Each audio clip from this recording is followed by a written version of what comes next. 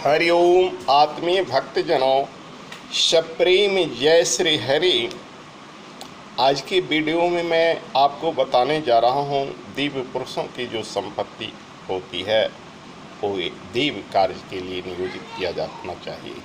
उस पर सिर्फ यज्ञ और दिव्य मंदिरों का अधिकार होता है। ऐसा कई दृष्टांत देकर मैं बताऊंगा। आए दिन संपत्ति की लोभ में साधु सन्यासियों की हत्या तक कर दी जाती है और उसके धन लोलुप शिष्य उस गद्दी पर धन के लिए अधिकार जमा देते हैं, किंतु वह भोग नहीं कर पाता है, क्योंकि देव संपदा जो होती है सिर्फ देवताओं के लिए और यज्ञों के लिए होती है। क्योंकि जो देव स्वरूप पुरुष होता है उसका जीवन ब्रह्मचर्य में गुजरता है। साधु सन्यासी अपनी भोग इच्छा को त्याग कर अपनी इंद्रियों को दमन करके ईश्वर को प्राप्त करते हैं, इसलिए उनकी धन संपदा पर सिर्फ यज्ञ और दिव्य कार्यों का अधिकार होता है। ऐसा कई उदाहरण मैं इस वीडियो में देकर बताने जा रहा हूँ। जैसे शुरू करता हूँ भीष्म पितामह से। भीष्म पितामह आजीवन ब्रह्मचारी रहे, इसे कौन नहीं जानता है। शांतनु की भोग इच्छा कामेच्छा ने जो राजा बनने योग्य युवराज था उसे ब्रह्मचारी बनने पर विवश कर दिया। कहा जाता है कि शांतनु सत्यवती पर आसक्त हो गए और उस दिन से बीमार रहने लगे। जब देवव्रत भीष्म को यह पता चला कि मेरे पिता बीमार हैं तो उसका कारण जाना और जाकर सत्यवती के पिता से सत्यवती को मांगा। उसने शर्त दिया था कि मेरा बेटा ही राजा होगा। उस वक्त देवव्रत ने आजीवन ब्रह्मचारी रहने की शपथ ली और आजीवन ब्रह्मचारी रहे। लेकिन उनकी आजीवन ब्रह्मचारी जो राज्याधिकारी थे और राज किसी और को मिला, लेकिन वो राज का भोग नहीं कर पाया। पूरे कौरव वंश का विनाश हुआ। जहाँ भीष्म पितामह छत्र छाया बन के खड़े थे, उन सारे कौरवों का विनाश हुआ, क्योंकि वो संपत्ति भीष्म पितामह की थी और भीष्म पितामह के इंद्रियों दमन करना पड़ा। अपनी इच्छा की त्याग करनी पड़ी अपने पिता की भोग इच्छा को पूर्ण करने के लिए। आगे चलिए, भगवान परशुराम आजीवन ब्रह्मचारी रहे, किंतु उन्होंने जो धन राजाओं को मार कर लिया, ब्राह्मणों में बांट दिया, उनके कोई संतान नहीं थे। आज वो धन पाकर भी ब्राह्मण सुखी नहीं है, क्योंकि ब्राह्मण उस धन का उपयोग कार्य के लिए नहीं, यज्ञ के लिए नहीं, अपनी संपत्ति बनाकर अपने भोग के लिए रख लिए। इसी कारण से आज भी ब्राह्मण बहुत धन पाने के बाद भी निर्धन होते हैं। मुख्य कारण यही है कि ब्राह्मणों को जो धन संपदा मिलती है वो यज्ञ के लिए, देव कार्य के लिए, न कि भोग के लिए। कहा जाता है जिन्हें नहीं सुख है भग का, उनका सारा धन है यज्ञ का।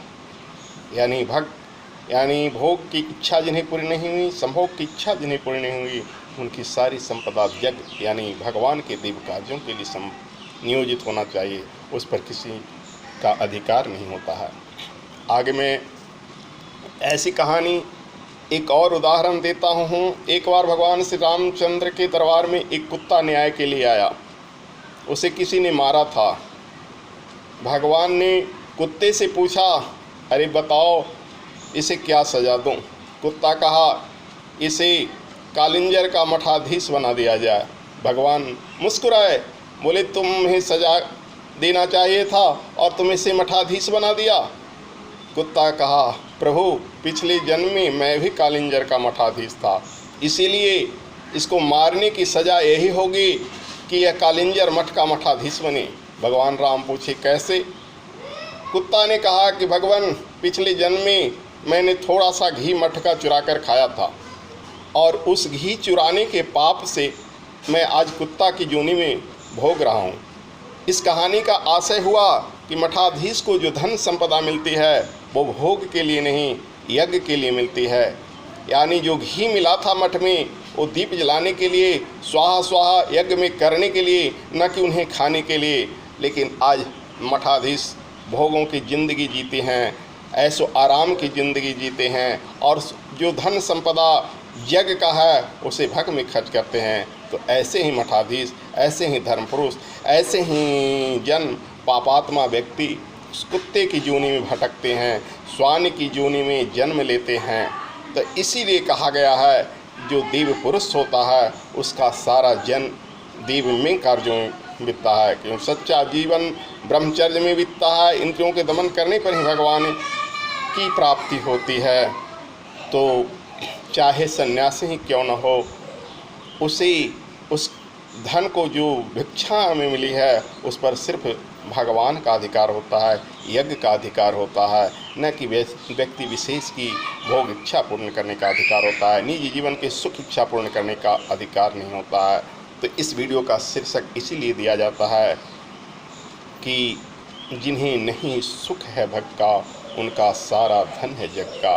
यानी जो भक्त का सुख नहीं प्राप्त करते हैं उनकी सारी धन जग का होनी चाहिए। जग यानी देव कार्यों में या बड़े बड़े जगों में साधु सन्यासियों के लिए होनी चाहिए, क्योंकि उनका जीवन इंद्रियों दमन करने के बाद देवमय हो जाता है। इसलिए व्यास की वंदना विष्णु स्वरूप में की गई है। कहा गया नमो व्यासाय विष्णु रूपाय व्यास रूपाय च विष्णुवे नमो वे ब्रह्म निधे वशिष्ठाय नमो नमः। हरिओम तत्सत। जय श्री हरि।